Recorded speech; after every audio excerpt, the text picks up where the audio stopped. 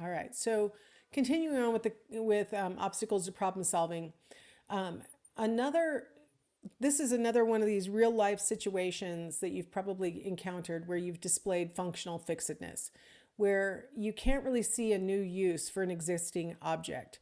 And maybe you've seen somebody on a reel or something, or on YouTube showing you how to take some object that you already own and convert it into something else, like make it as, and you think, wow, that person is so smart. That's really clever. I never would have thought of doing that. And that's because once we see an object, a lot of times that's what it is. We don't think about, oh, I can make it into something else. I could use it for some other purpose than what it was designed. So thought I'd start with this one first. How can we make music if the only thing we have is an old timey record, and then a pad of paper, a roll of scotch tape, and a sewing kit? How can we make music with just these items?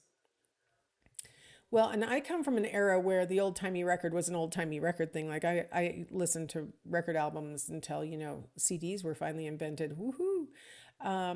So how can you make music out of these things? I would have to say, I don't think it's possible, but it turns out it is. People who know how I think this isn't just functional fixedness. This is also not knowing how records work. I think you got to get over that stumbling block in order to actually solve the problem. So old timey records had a needle that would run in this in a groove around the record, and somehow there were things I really don't understand how records work, but there were like little things in that record in that groove that would cause the needle to move in a way that then would be amplified into sound. So that's vaguely how a record works. Well, check out how you can make that make music using that array of things. So check out this science teacher. He's got his record. He's got, look what he did with the pad of paper. He made a cone, used scotch tape to hold it in place. And then he used scotch tape to attach one of the sewing needles to the tip of this cone, and he's going to spin the record. He has a pencil that he's using to spin the record, and he's going to allow that needle to be, guided through that groove. I'm going to let you, I don't think you'll be able to hear it.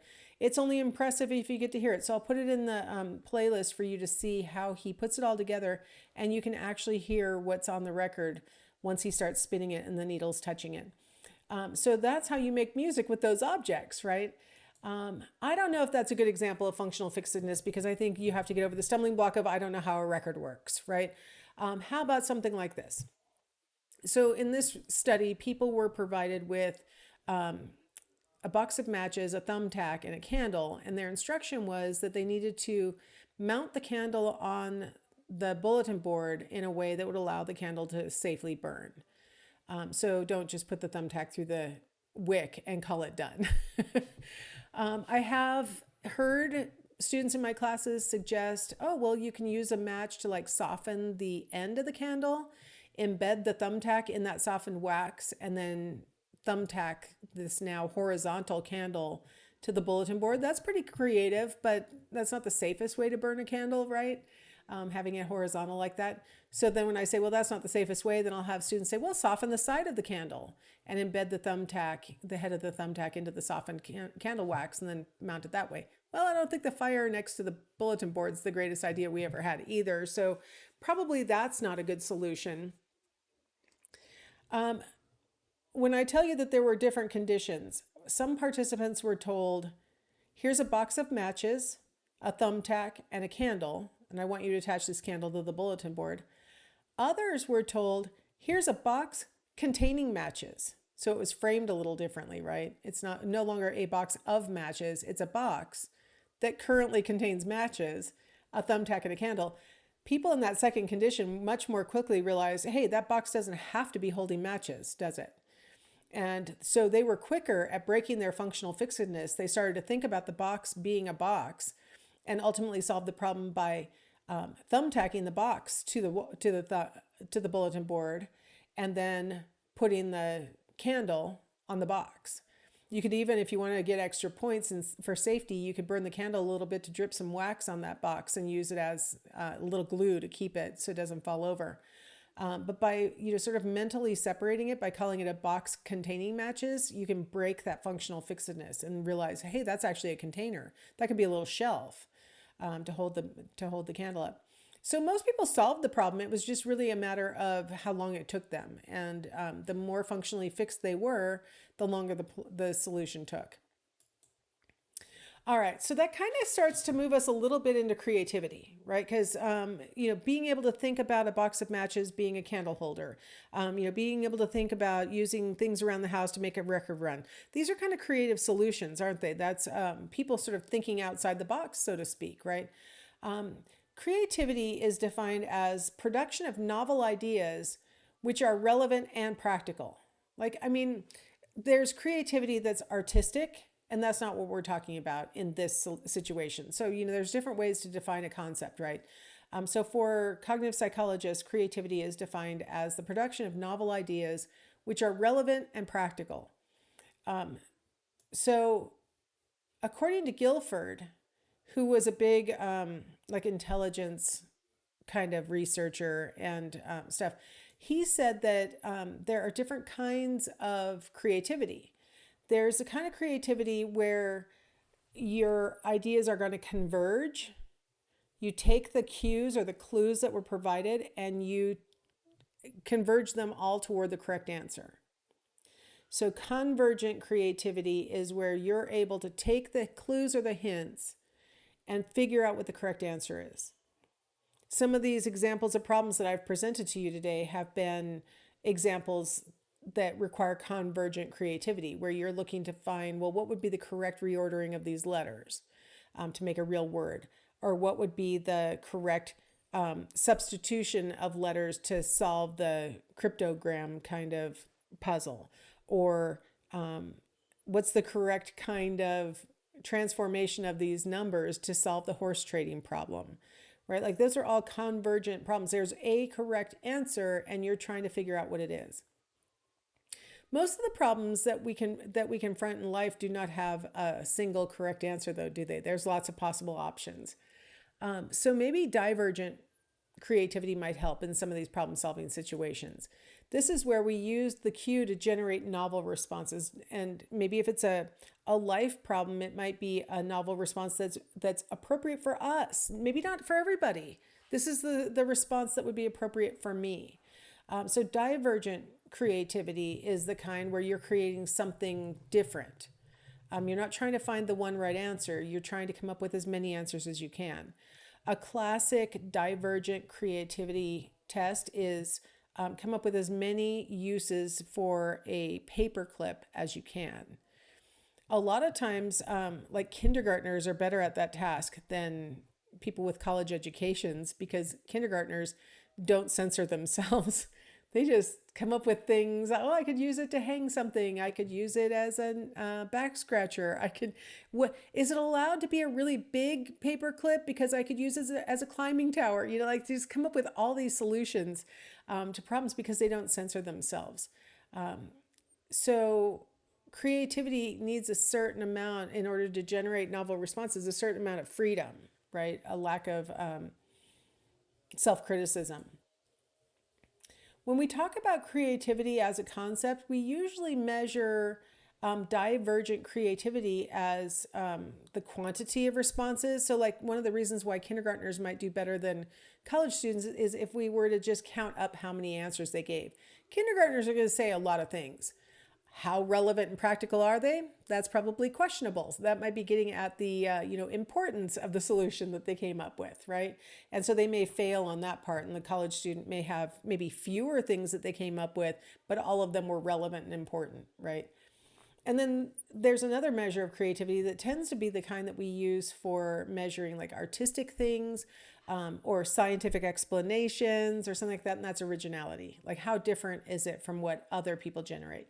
And again, this is where kindergartners might suffer in that paperclip task, is that they may be coming up with solutions that, everybody comes up with. One adult might come up with a really useful, original and important solution that like nobody else has ever thought of using a paperclip for, and that might be a really meaningful generation. And so there's different ways that creativity gets measured, And that has important implications for what the theorist is saying about the importance of creativity, right?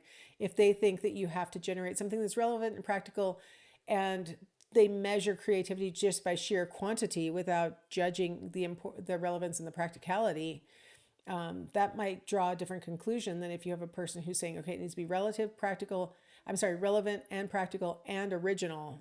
That's going to be what I call a creative response. They may come up with a different conclusion about creativity and who displays it, and what fosters it and things like that. So I thought I'd share with you something kind of interesting that I was involved in my master's training. I worked with a professor named, I'm not kidding you, Dr. Doolittle. His name was Dr. John Doolittle. And he developed these do-riddles, he called them. So he called them Dr. Do-riddles, playing on his own name there. And I got to be involved in the norming of the activity. So I administered these do-riddles to a bunch of third graders and to a bunch of sixth graders. And we figured out like how many of the riddles they could solve on average, what the range was, the mean, median, and mode, stuff like that. I did all the background sort of normative stuff.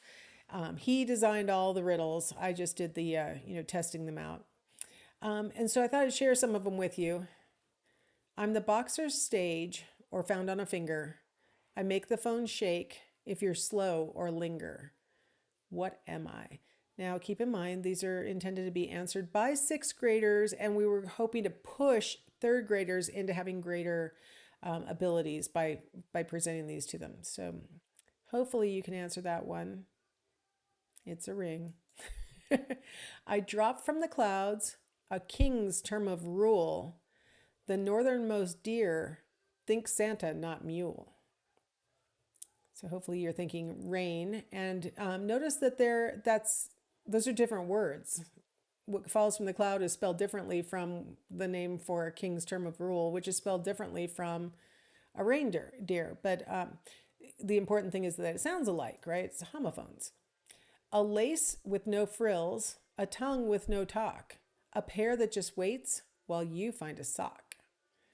So hopefully you got shoe.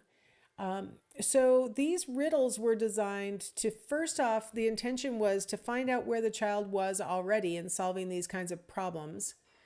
And then he had a whole series of exercises that teachers or parents could do with children to help build the kind of creativity that would allow them to answer these questions. So I want you to think for a second, which of these two types of creativity from Guilford's approach is being measured by the Dr. Do-riddles? Is that measuring convergent reasoning or convergent creativity or divergent creativity? Hopefully you said convergent, because there's one right answer, and these are all a bunch of cues.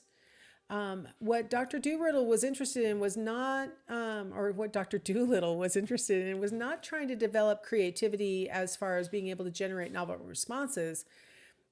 He was trying to help students to be better at taking clues from their teachers or what they read or things like that, and figuring out the patterns, figuring out the relationship between them. And so he thought teaching convergent creativity, or what he called convergent reasoning, was a really important skill to be teaching. And he thought, you could start in third grade, and you could give them strategies, and by sixth grade they'd be really good at this kind of reasoning that's really important for like test taking, really important for coming up with solutions.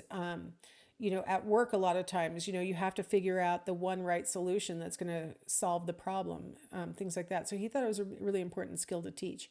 I was really pleased that I got to be involved in the development. When my kids were children, I made sure I ordered the actual published versions of them and taught had my kids go through the routine too. So factors that make us less creative are things like knowing that the results are going to be judged, or judging them ourselves as we're producing them, doing that self-censoring where we're like, oh, I don't know, that's a stupid idea. I shouldn't have even said that one. So knowing that the results are going to be judged by ourselves or others, and then having an IQ that is higher than 120 or less than 80. Now, that might sound kind of surprising, the higher than 120. A lot of people have the mistaken belief that the more intelligence a person has, the more creative they probably are. But it turns out that they are correlated between the score of 80 and 120. You see higher intelligence being associated with more creativity. But once you get above 120, it seems to interfere with creativity. And it might be a factor of, to be able to perform really well on an IQ test, you have to be really good at finding the clues that are indicating the correct answer. But if part of creativity is generating novel solutions, there isn't one right answer, right? So it might be difficult for a person to think of outside the box when their IQs are much above 120. Now, there are fields where there are exceptions to that rule. For example, in the engineering field, the average IQ tends to be above 120, and you see very creative people coming up with creative solutions to problems and things like that. You see that among like university professors having IQs that are higher, and yet they're coming up with the insight for how to explain, a whole field worth of data in like a very simple theory or something. That's so there are obviously exceptions to the rule that higher than 120 is inhibiting. But on average, that's the pattern that we see, where you start to see a divergence between, as IQ continues to increase, creativity kind of flattens out. So it stays where it was if your IQ had been 120. Now, below 80, you can probably draw your own inferences about why that might be true, because maybe the person just doesn't have the cognitive resources available to think outside the box. So less than 80 makes sense. I probably don't have to explain that one. Now, what factors increase creativity? Brainstorming can increase creativity, but the key thing is it has to be brainstorming with no judgment. It has to be just a throw everything at the wall kind of thing. And you know what? Brainstorming alone seems to work better than brainstorming in a group, because people are inhibited. People don't want to share their ideas when other people are there. And so working alone and telling yourself, you know what? I'm just going to sit at this keyboard and I'm going to type everything that comes to mind, and I'm not going to judge it. It's just going to go from my brain to my fingers, and I will look at this list later. That's what we mean by brainstorming. Like, that's a great example of brainstorming. And if you're doing it by yourself, you're much less likely to tell yourself, oh, don't really type that. Oh, somebody might see it. You just go ahead and get it out. Put it all there. Write it down on a piece of paper, whatever it takes. Get it out, and then judge later. Don't judge it critically, but go through and think which ones are probably the best solution, which ones are most doable and relevant and useful, right? And then you can judge it afterwards in an objective way. So those are some things that have been associated with greater creativity. All right, well, hopefully that was an interesting little walk through how to solve problems, and I will see you next in chapter 14.